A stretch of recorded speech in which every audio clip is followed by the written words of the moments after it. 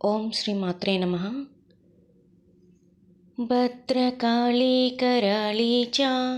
మహాకాళీ తిలోత్తమా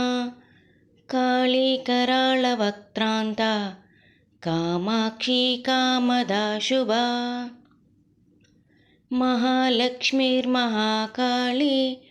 మహాకన్యా సరస్వతి భోగవైభవసంతాత్రే భక్తానుగ్రహకారిణి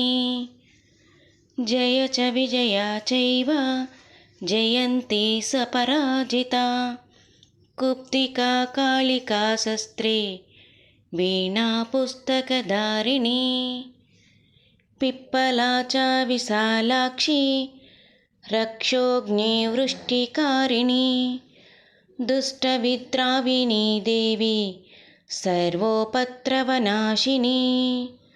అర్ధనారీశ్వరీ దేవి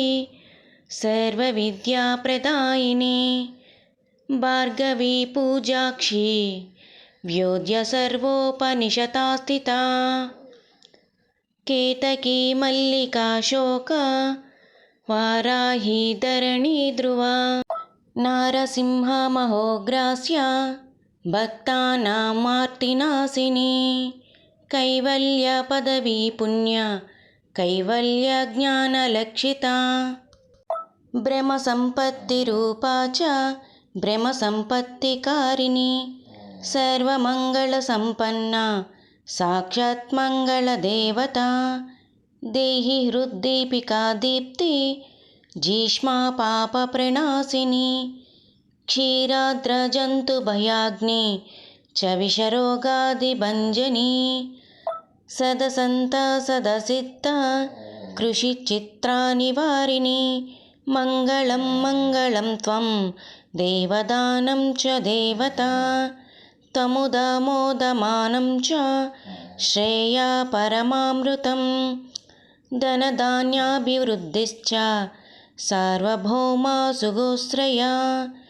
అందోలికాది సౌభాగ్యం మత్తే పాది మహోదయా పుత్రపౌత్రాభివృద్ధిశ్చ విద్యాభోగబలాదికం ఆయురారోగ్య సంపత్తి అష్టైశ్వర్యం త్వమేవాహి